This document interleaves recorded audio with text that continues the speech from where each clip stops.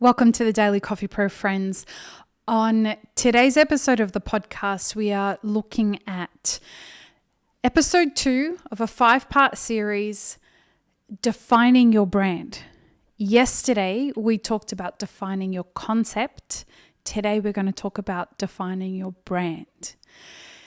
Before we get started, I want to invite you to head to coffeefest.com/leadership and take a look at the full day workshop that we're offering in New York for Coffee Fest on March the 9th. So if you're going to be in Coffee Fest between the 8th and the 10th for the trade show, you can get a ticket to the full day leadership workshop that we've got running, and it is going to be fantastic. So if leadership is on your focus for this year, I guess that's a good way to put it, head to coffeefest.com/leadership and you can use the code Map It Forward to get 50% off your trade show ticket at any time for any of the Coffee Fest trade shows this year.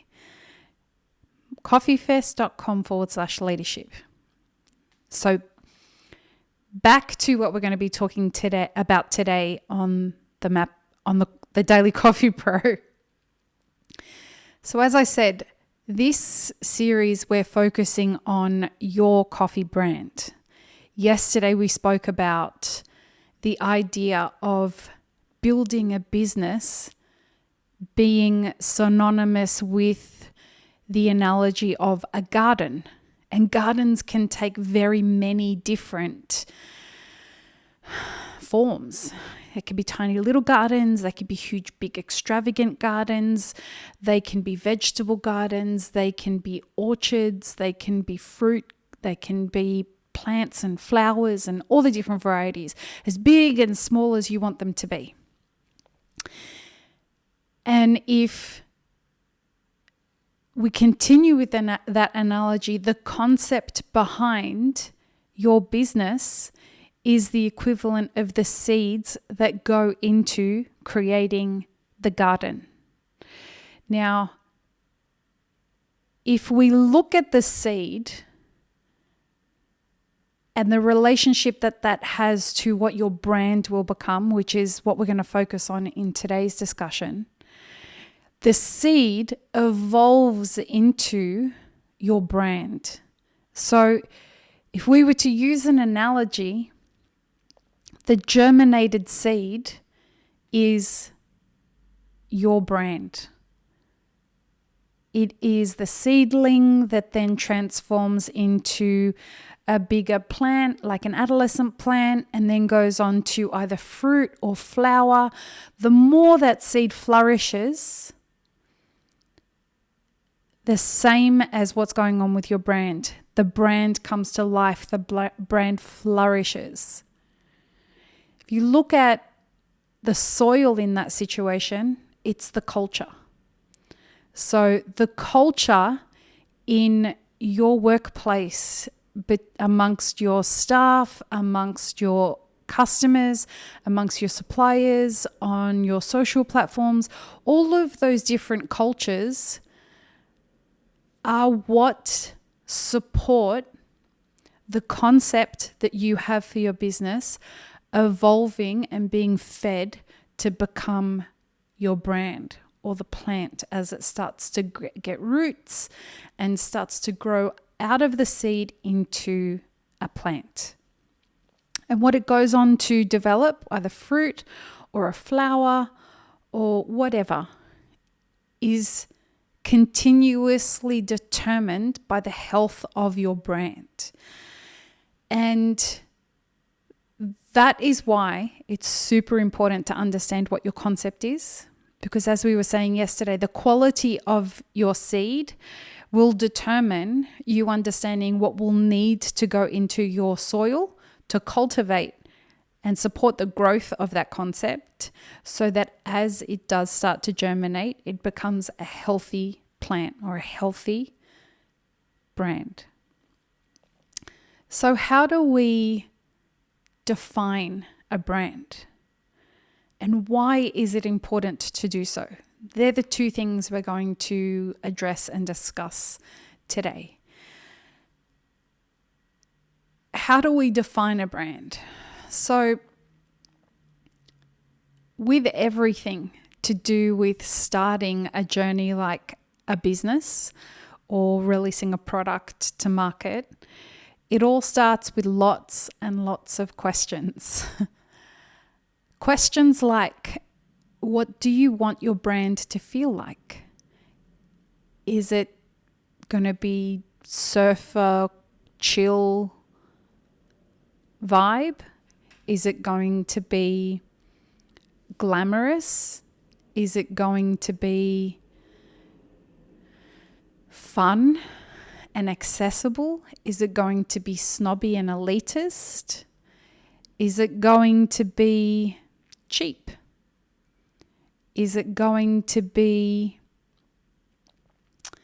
targeted towards a certain group of people? So will you need symbolism in your branding to make it understandable? Another question you'll need to ask, not just what does it feel like, but who is your brand for?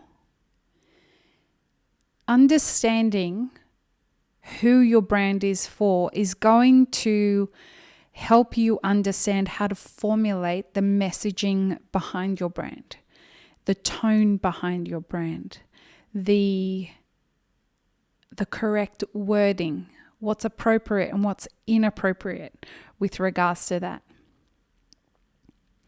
Now, this is a common challenge that I see people who own coffee-focused businesses have, because they struggle between understanding if coffee is just for everybody or coffee is for specific kinds of people.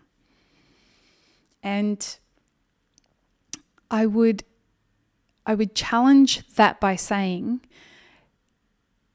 even if you think your coffee-focused product is for everyone, pick somebody to start with.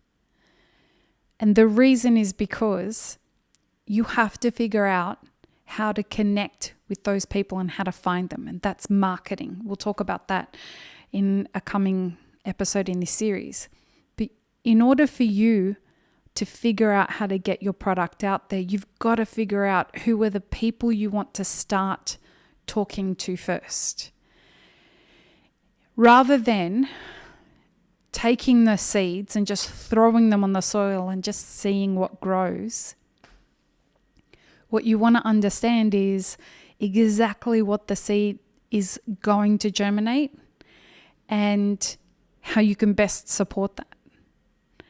And by doing that, you will know what different nutrients you need to go out and get to feed the soil specifically for that plant. You need to know what you can plant tomatoes next to, what needs to go in its own separate pot. I can use a direct example for Elixir in this situation. Elixir isn't for everybody, and it has taken us an significant amount of time to try and understand who the consumer is for this very unique coffee-focused product. It's a brand new category in coffee. And we are coming to realize that the barriers and the approaches that we've taken so far, some of them have worked and some of them haven't. And we've realized that accessing our Elixir drinker through the methods that we were using have prohibited us from getting access to our clients, our potential Elixir drinkers. And so we've gone to the drawing board a couple of times, and this is just the way it goes in business. And we're starting to get a better understanding of who we thought was an Elixir drinker and who is actually an Elixir drinker. But the only way we could figure out who they weren't was by defining them, trying the best that we could to get access to them, trying to figure out what was going right and what was going wrong, and then testing again. And we'll talk about that when we talk about marketing tomorrow.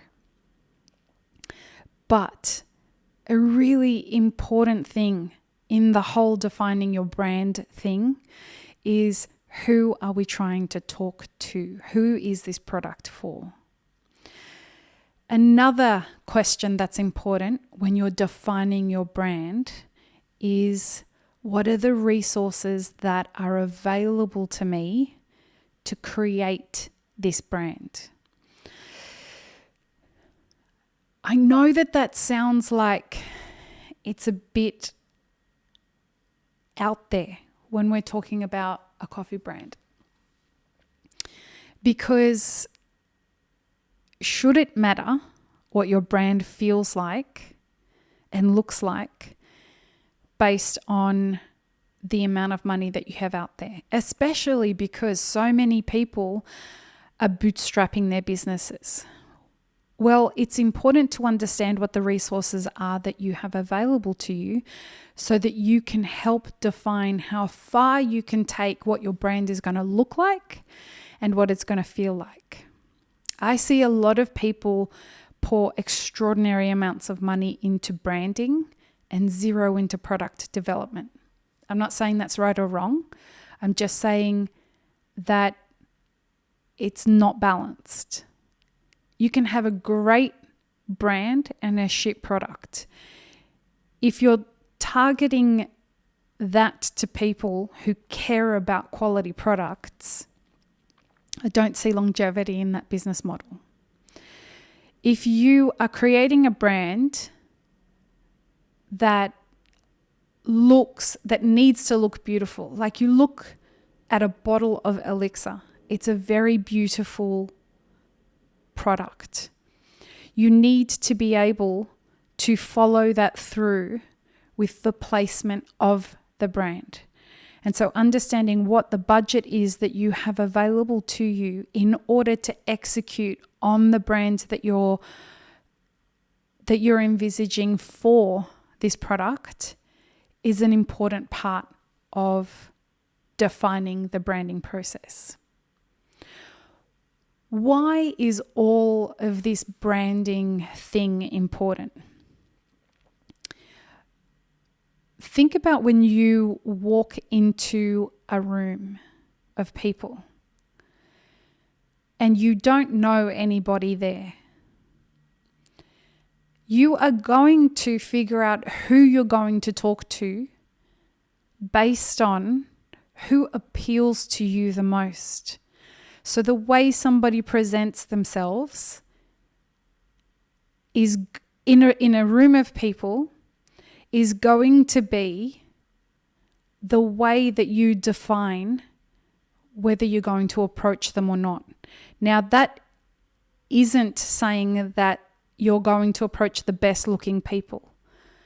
It means that you're going to approach the most attractive people to what you're in that room to achieve. So that may be the person that looks the most powerful.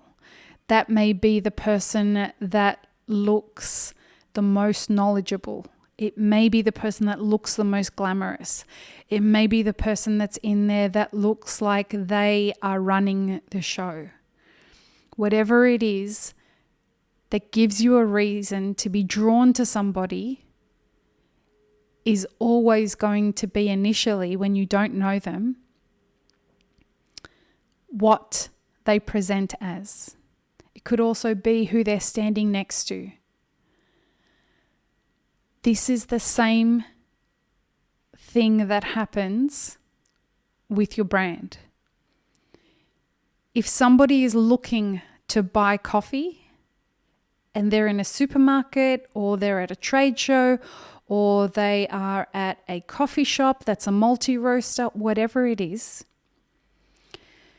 and they know nothing about your coffee brand. They've never tasted your product before. They've never visited your shop before. It's the brand that's going to tell the story, or it should at least, tell the story of what they can expect to receive in return for coming up to you and getting to know you amongst a room of people who are also there vying for their attention. That's the way you should be approaching thinking about the importance of why your brand needs to come together well. I hope that's been really helpful. I'm loving this series. This is something I'm really passionate about and excited about, helping people get better at in the coffee industry. Head to mapitforward.org/consulting. If I can help in any way with your business, whether it's moving ahead already or whether you're looking at launching it, we have monthly coaching available that's affordable for brands, and I'd love to get started on helping you with your business. Peace, love, and peanut butter, friends. Have an amazing rest of your day.